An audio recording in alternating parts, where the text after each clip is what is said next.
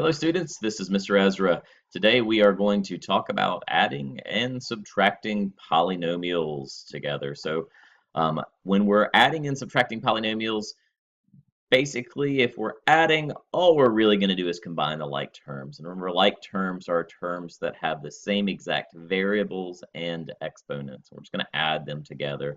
If there is a subtraction of two or more polynomials, before we subtract, we have to distribute any negatives into parentheses that follow those negatives. And then after that, we can combine the like terms just like adding. A few extra notes here about how answers for both adding and subtracting should look. Answers should be in descending order of the exponents. So if you have an x to the fifth and an x to the fourth and an x to the third, they would be in descending order based on the largest exponent down to the smallest exponent. And if you end up with a situation where there's more than one variable, answers should also be in alphabetic order. So any A's should come before B's, and I'll show you an example of that at the end of the video. So for our first example here, we are adding two polynomials. We're adding a binomial and a trinomial together. And we notice that we have an x to the fifth power. We have some x to the third powers. I'm sorry, these are not x's, but y's. Some y's to the third powers and some y squared. So we have like terms, three different types of like terms. Really, what's happening here is the parentheses, there's nothing in either parentheses that we can combine together. So we're essentially dropping the parentheses. It's like they no longer exist. We're just saying, goodbye parentheses, see you later. Don't forget to write. And then we're adding the like terms together. The first term in our answer should be the one with the biggest exponent. So that's going to be 12y to the fifth power. Doesn't have anything to combine with, so taking care of that one. The second one is going to be the y to the thirds, because that's the next largest. We got 4y to the third minus 2y to the third. And remember, when you're adding like terms together, you're really just putting together the coefficients in front of the variable. So it's like saying 4 minus 2 is positive 2, so we put plus 2, and then we keep the y to the third as y to the third. Whenever you're adding or subtracting, the variable part doesn't change, right, when you're adding and subtracting. If I have 4 apples and I take away 2 apples, I have 2 apples. That I still have apples. It doesn't change. And it's the same thing here. When I have 4y to the thirds, and I subtract 2 of those y to the thirds away, I'm left with 2y to the thirds. Okay. Our last our last term is going to be a y squared term. So we get negative 5y squared plus 14y squared, and that is positive 9y squared. So notice that we're in descending order based on the exponent, and looks like a good answer. You might remember some of your terms from the last video. This would be a trinomial based on the 3 terms, and it would also be a quintic function based on the degree, which is the largest exponent. Example 2, we have a minus in the middle. And when we subtract, we have an extra step. When we subtract this, I can't just drop the parentheses because it's like there's a negative 1 multiplying into this parentheses, right? The first parentheses is fine. Everything in there is still the same, 3y to the fifth plus 8y to the third minus 10y squared. That one's still the same, but the second parentheses is going to be impacted by this minus in front. So every sign is going to change, and basically it's like saying negative 1 times negative 12. Well, that's positive 12y to the fifth. And negative 1 times positive 4y is negative 4y to the third. And negative 1 times positive 14y squared is negative 14y squared. So we're basically just changing every single sign. And now we're going to look for like terms. I'm going to search for the largest things first. That's going to be the y to the fifths. The next one down is the y to the thirds. And then finally, I have some y squareds. Okay, and just to kind of reiterate that, I'm going to highlight the exponents so you can see what goes with what. Okay. All right, so We're going to put the like terms together. We'll start with any y to the fifths. Now I could rewrite this as 3y to the fifth plus 12y to the fifth plus 8y to the third minus 4y to the third plus negative 10y squared minus 14y squared. I could like put these parts together, but I like to just go ahead and make sure that I know how many, what all goes together by looking at it and maybe underlining or highlighting or something like that. And then I just do it.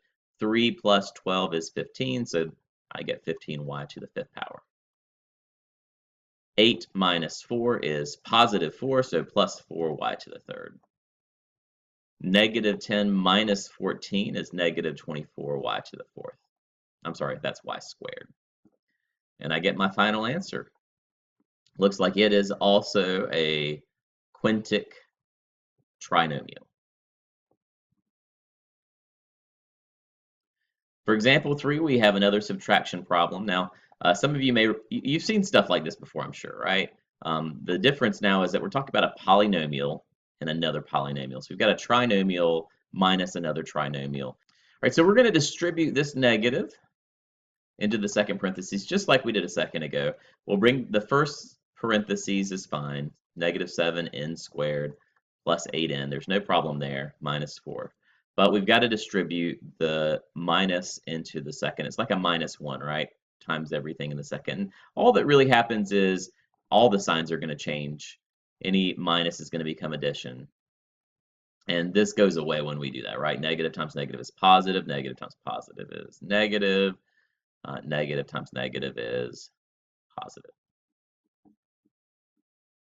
We are now going to look for like terms. So I see I've got some n squareds that would go together.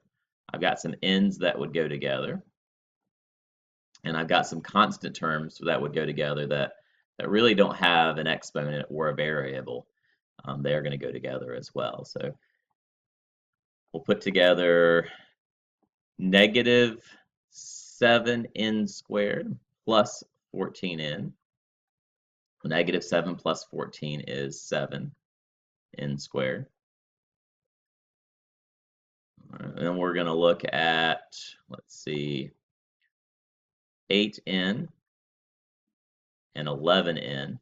8 plus 11 is 19n.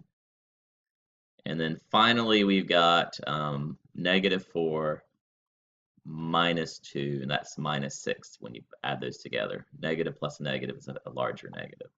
So our final answer is a quadratic trinomial based on the degree of 2 and the fact that there are 3 terms.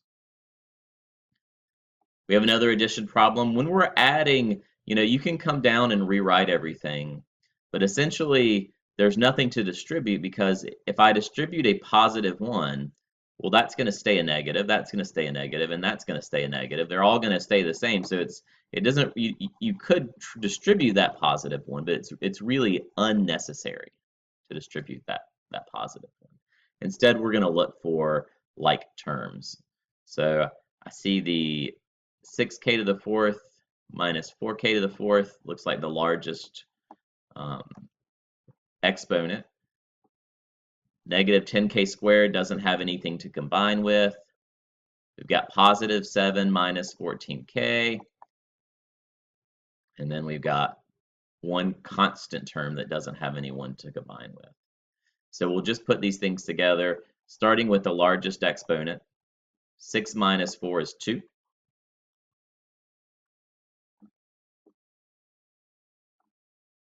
Negative 10k squared doesn't have anything to combine with, so it just comes down as minus 10k squared. Plus 7k minus 14k is minus 7k. And then minus 14 just comes down since there's nothing for it to combine with. We have a quadratic with 4 terms. So we don't have a special name, it's just called a polynomial, not quadratic, I'm sorry, a polynomial. We have a polynomial with 4 terms, so it's no special name, it's just called a polynomial. And since it's also has a degree of 4, we would call it a quartic, Q-U-A-R-T-I-C, quartic polynomial with 4 terms. Put one extra example in. This one's not in the notes or the guided notes if you have those out. This is just an extra one. I wanted you to see one where there was more than one variable and how you kind of deal with that. So first, I'm going to have to deal with the minus sign here. Remember, anytime you have a minus, it distributes into the parentheses that follows it. So I'm basically just going to go ahead and bring everything down. 2x squared plus 6y squared plus 2xy minus 3y squared. And then this negative is going to change that to minus 15x squared. And let's fix that. Plus 7xy. Now, as we're going through this, remember I said that the final answer needs to be in alphabetic order, okay? So we're going to kind of look for any terms that have an x in them, and we're going to focus on those first. And within those terms that have an x in them, we want to start with the biggest exponent. In this case, we have 2x squared and minus 15x squared. Those are like terms, and they both have x's to the second power, and that's the biggest power that we have on any x. So we'll put those together first. 2 minus 15 is negative 13x squared. We then see the 2xy and the 7xy, and since x comes before y in alphabetical order, even though this also has a y, we're going to focus only on the x's. And now that we've got the x squareds done, we'll put those two together. 2 plus 7 is 9xy. So you put the 2xy and the 7xy together. All right. And finally, now that we've taken care of the x's, we can move on to the next alphabetical order terms, which would be y's. And all that's left are these y to the thirds. I'm sorry, y squareds, these y squareds. So 6 minus 3 is positive 3y squared. So your final answer should be alphabetical, where you think of the degree or the exponents on that first variable, that x variable in this case first, and then after you handle all those, you deal with the y's. Well, it can get a little more complicated than that when you're adding and subtracting polynomial functions together. So if you run into any problems that giving you trouble, you're not really sure how to proceed, make sure you talk to me or check the answer key at the front of the room. Hope that you enjoyed this video, and I'll see you in class.